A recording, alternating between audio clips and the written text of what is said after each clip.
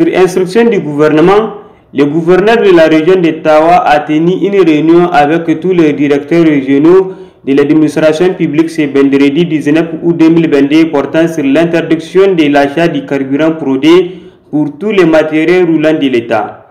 Écoutons la teneur de ces messages forts du ministère de l'Intérieur et de la décentralisation par le secrétaire général de la région. Le nombre de véhicules de l'administration publique, en déplacement ou non, font recours au marché de la fraude des hydrocarbures pour leur ravitaillement en carburant. Stop.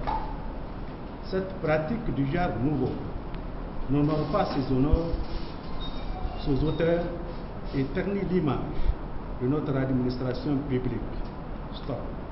Pire, si l'on n'y prend pas garde, ce phénomène insidieux est de nature à favoriser le développement du marché de la fraude du hydrocarbure dans notre pays et de compromettre aussi les efforts que déploie le gouvernement pour combattre ce fléau. Stop. Vous n'êtes pas sans savoir les conséquences de la fraude des hydrocarbures, de l'achat et de la consommation du carburant du marché de la fraude. Stop. Primo, sur l'économie nationale. Secondo, sur la sécurité des personnes et des biens. Tierso, l'état de matériel roulant destiné au fonctionnement normal et régulier des services de l'administration publique. Stop. Quarto, l'éthique et la déontologie administrative.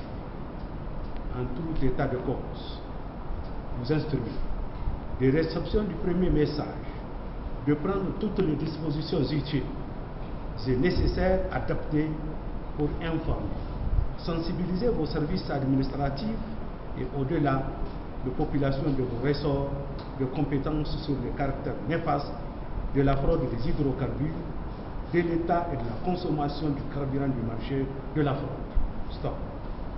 De faire recours aux besoins des moyens de dissuasion, voire de coercition contre les délinquants pris en flagrant délit d'achat du carburant du marché de la fraude conformément à la loi. Stop. J'en appelle à votre sens de responsabilité, de fermeté et de pragmatisme pour ne désigner sur aucun moyen de persuasion et de droit en vue de mettre un terme au recours du marché de fraude des hydrocarbures par des véhicules de l'administration publique pour se ravitailler en carburant, mais aussi et surtout afin d'éradiquer la fraude des hydrocarbures et de n'assacher le marché. Stop.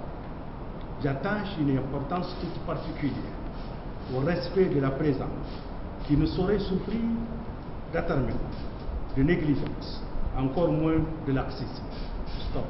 Le gouverneur, quant à lui, nous explique ici les conséquences de l'achat du carburant fraudé. Deuxièmement, le carburant fraudé, nous ne savons pas de quelle qualité il est. À plusieurs reprises, il nous a fait couler les moteurs des véhicules. Parce que c'est des opérateurs ambulants qui vont prendre du carburant et même parfois ils mélangent ça avec un peu plus d'eau pour augmenter la quantité et de façon d'avoir un gain meilleur. Cela veut dire que le véhicule qui prend ce genre de carburant est exposé à des dégâts, donc à des pannes qui devraient être évitées si justement c'était du bon carburant qui a été pris. La fraude ravitaille les terroristes comme vous le savez. Tout le carburant que ces voyous utilisent dans le cadre de leur opération, qu'ils soient en moto ou en véhicule, c'est du carburant fraudé. Et c'est pourquoi le gouvernement, encore parce que lui, il a le devoir d'assurer la sécurité de la population, il faut qu'il coupe les circuits d'approvisionnement des terroristes Rappelons pour terminer, tout matériel roulant de l'État pris en flagrant délit sera purement et simplement puni par la loi.